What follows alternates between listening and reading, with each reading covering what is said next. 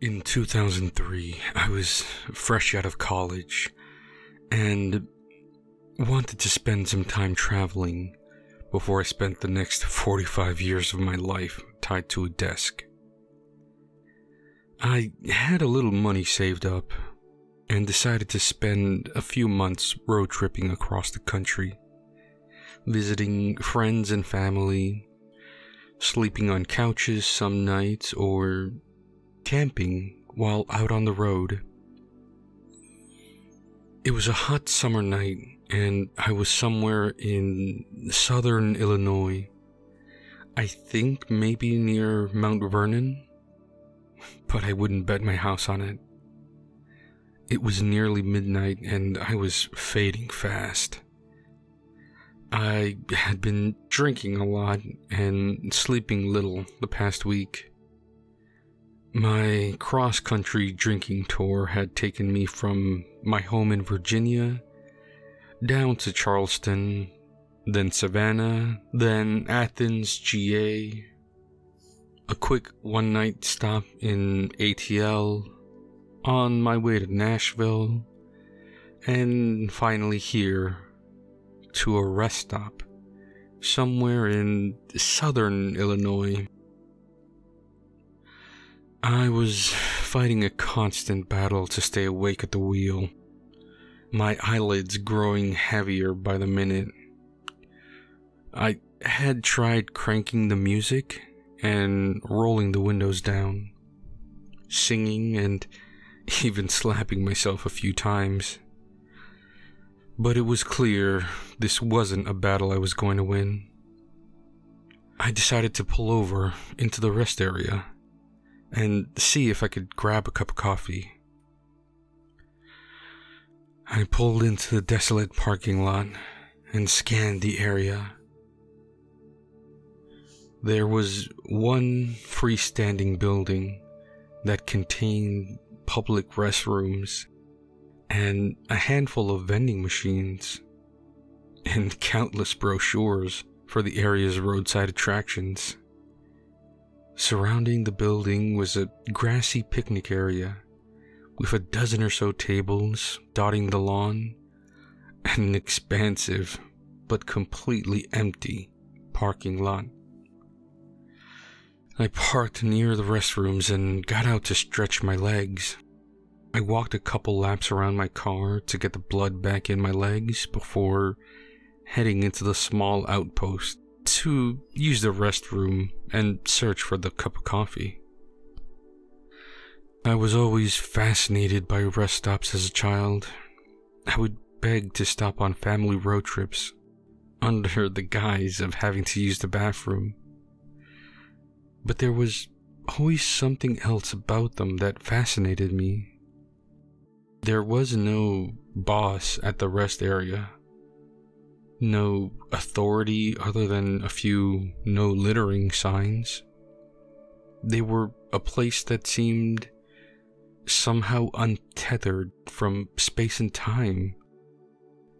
You'd be just as likely to see a family of 4 in the parking lot at 4 a.m. as you would be at 1 p.m. I think what I always liked the most were the people you could find.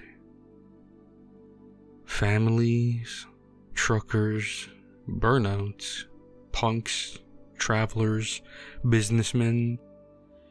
It was a place everyone always ended up eventually, no matter who they were. But no one ever stayed for an oasis on those long stretches of hypnotically straight highways. There would be no people watching tonight. I was the only person here. I went to the restroom and splashed water on my face. I was still dead tired and decided I couldn't safely press on. I made up my mind to sleep in the car and wake up early the next morning.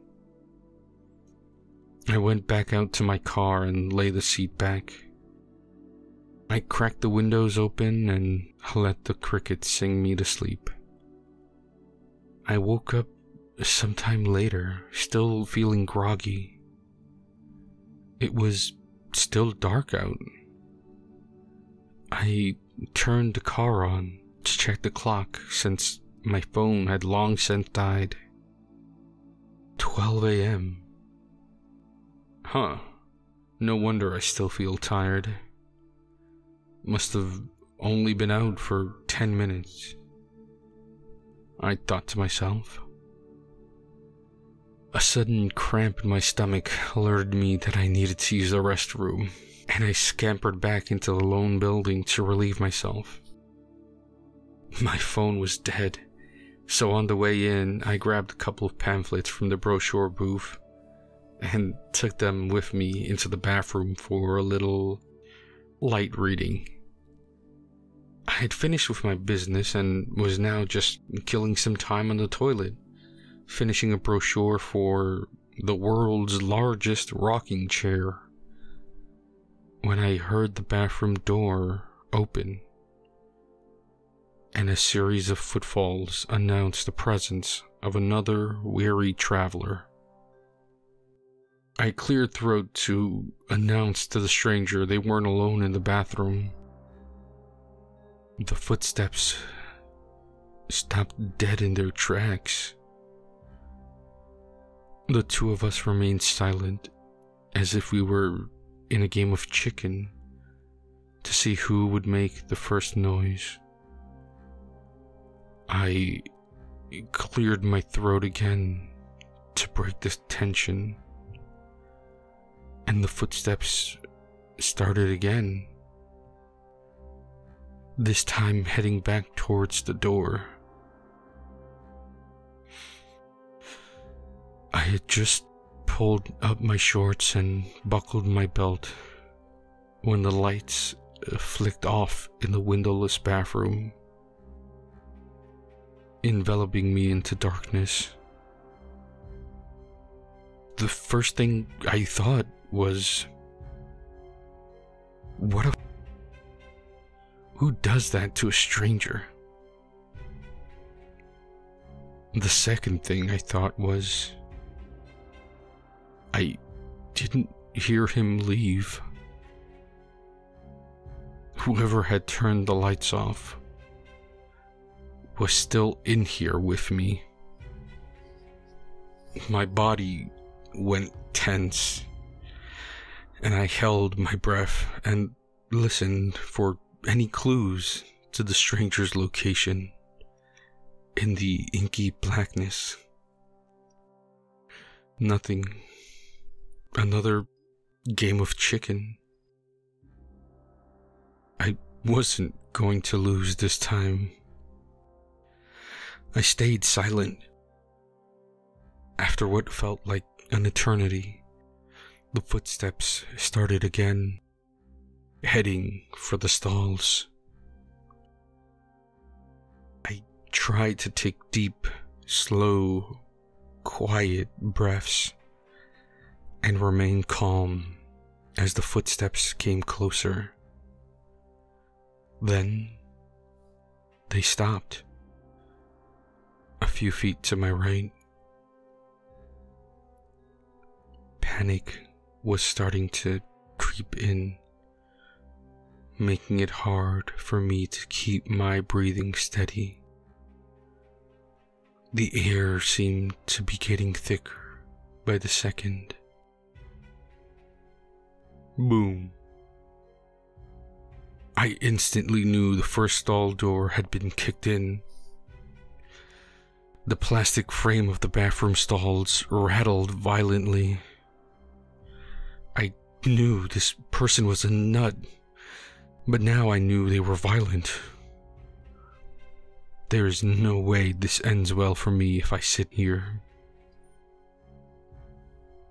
Thud, thud. 2 more footsteps from my right, this time stopping one stall closer to me. I dropped onto the ground as silently as I could and wormed my way under the stall barrier to my left and into the last bathroom stall. this one bordering the bathroom wall. I had placed myself in a corner.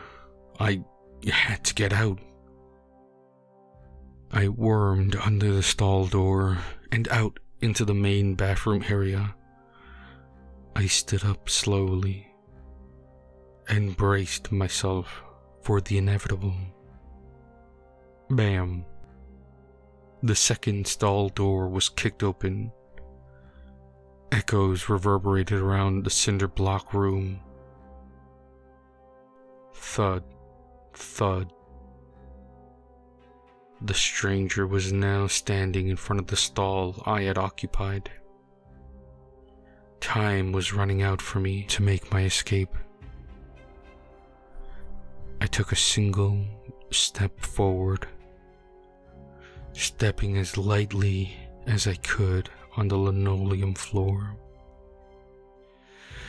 Each breath I took, each movement of a limb against my clothing, all sounded off alarm bells in my head of being way too loud. But I couldn't afford to just freeze. I took another step, and bang! A heavy boot rammed into the stall door, but the lock had held. I could hear the plastic casing rattling, and even more distressing to me, I heard a deep inhale not 2 feet from me when, bang! The impact clapped like thunder in the small room, and I took advantage to take 2 more steps closer to the door. Whoever or whatever was in the room with me was now about 4 feet behind me. I heard another deep inhale, then bang! I took 2 more steps towards the door, under the cover of the racket. I was getting close now, only feet from the bathroom door. I reached my hands out into the darkness around me, feeling for the door, a wall, a sink, anything to help me find my place in the darkness. Bam! The stall door slammed against the plastic frame of the stalls as the kick finally broke the lock and sent the small metal bar clanging against the cold floor. I took 2 steps forward. Thud, thud. The stranger advanced into the stall I had just occupied and let out a series of frustrated grunts when it was discovered to be empty. I took 2 steps forward. I believed myself to be within arm's reach of the door at that point, and stretched my arms out, searching for a door handle, a door frame, even a wall at this point. But I still was finding nothing but empty air. Thud, thud, thud, thud. The stranger left the empty stall and took position in front of the last stall in the bathroom. I waited too for my chance to take 2 more steps forward as soon as I heard the inevitable kick. Bam! I took 2 more steps forward. I was afraid this would be my last chance to move under the cover of the clamor of the stall doors being kicked in. So I took larger steps than usual. They were more like leaps. That was a mistake. On my second leap forward, I ran headfirst into the bathroom door itself, knocking myself to the ground and rattling the door in its frame. Time seemed to stand still for a moment, as both of us in the bathroom seemed to process what had just happened, which was me giving myself away. Adrenaline flooded my system, and I quickly stood up, a bit disoriented. Thud. A footstep in my direction. Thud. Another, even closer. I launched myself towards where the door should have been, but found nothing but cinder blocks. I had been lost my entire frame of reference when I had knocked myself down. Thud. Closer now. Thud. The footsteps were coming fast now. I turned myself 90 degrees and thrust my hands against the wall. Wood this time. I had found the door. My hands scoured the wooden door, looking for the handle. Thud, thud, thud. The steps were now mere feet from me. Where the f was the handle? Thud. Found it. I pulled the door handle and flooded the bathroom with light. Launched myself through the threshold, never looking back to see who or what was in there with me. I ran through the lobby of the small roadside outpost and reached into my pockets to pull out my car keys. They were missing. I must have dropped them in the bathroom, either when I was sitting on the toilet or when I fell on the ground in front of the door. I burst out of the small building and ran out into the parking lot and past my car, which wouldn't be anything but a corner to hide without the keys. My mind raced, and I compiled a list of possible hiding spots. Car? Useless. Especially if the person from the bathroom had found my keys. Under a picnic table? What am I, 5? Surrounding forests? Too noisy to run through the dead leaves. What if he, she, it knew the area better than I did? I could be corralled into a trap. Cornfield on the other side of the highway? Better than nothing. Dashed through the empty parking lot, never looking behind me, and sprinted across the deserted highway. I leaped over the short wire fence that protected the cornfield and concealed myself just inside the endless rows of the 6-foot-tall crops. From the shadows, I watched the rest area, looking to see if I would be pursued. After a few minutes, I saw a figure emerge from the lobby of the small building. It was the shape of a man, pitch black against the bright lobby lights.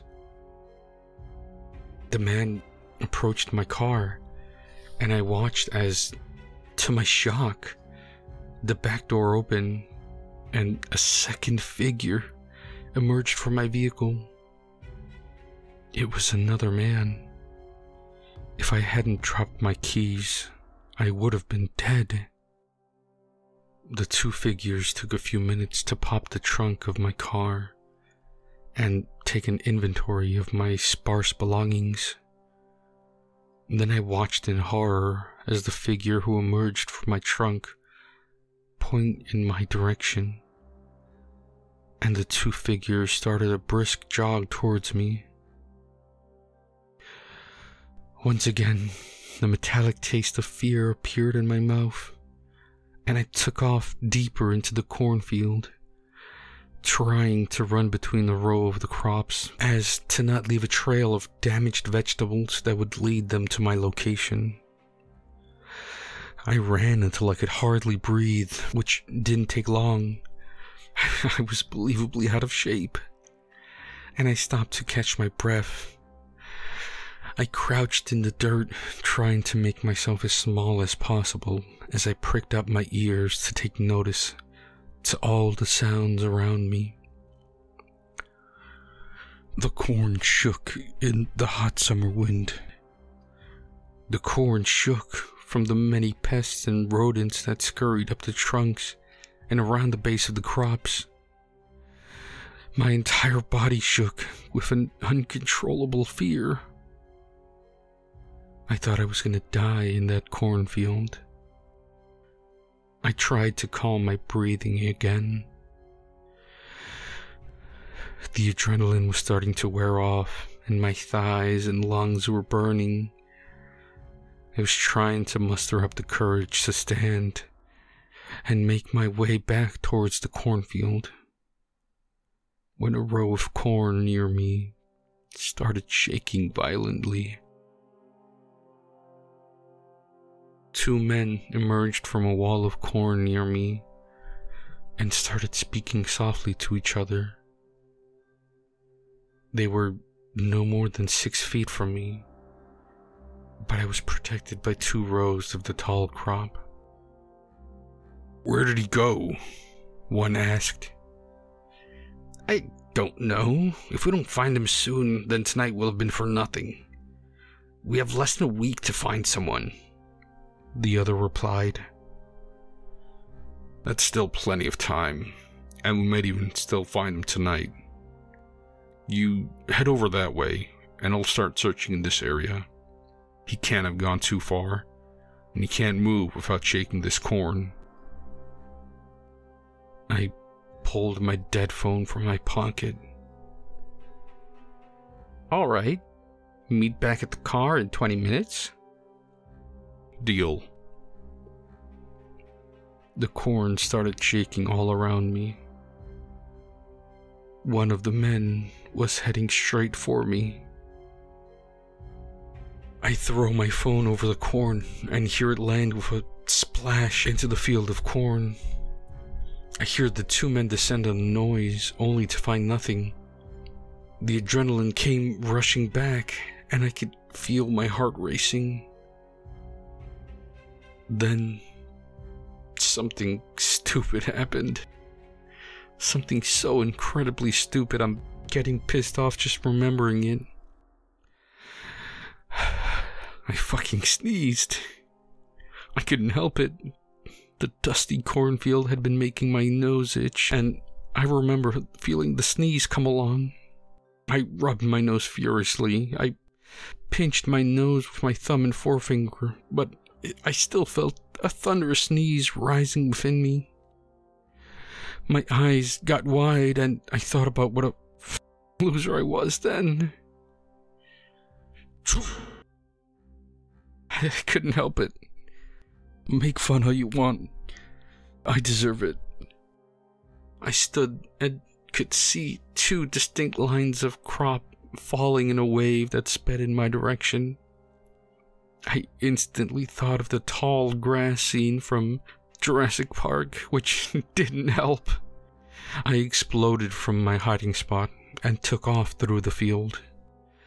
Heavy cobs of corn beat at my face and body, each one feeling like it could be one of the fists of the men chasing me. The leaves scraped the sides of my head and my arms as I ran through the field, zigzagging and taking random turns to try and lose my hunters. I quickly realized I had no idea where I was, or where I was going. I was lost in a sea of corn. I could see above it, and I couldn't see through it. The tears started to fall. I was fucked, and I knew it. My legs were getting heavy, and lungs were about to burst out of my chest. My heart thumped in my ears, keeping pace with each of my footfalls. I was about to stop running, to hope that I'd lost them and hide between the stalks, when I heard a horn honk. Another car. Either it was someone who could help me, or it was one of the men chasing me who had made it back to my vehicle.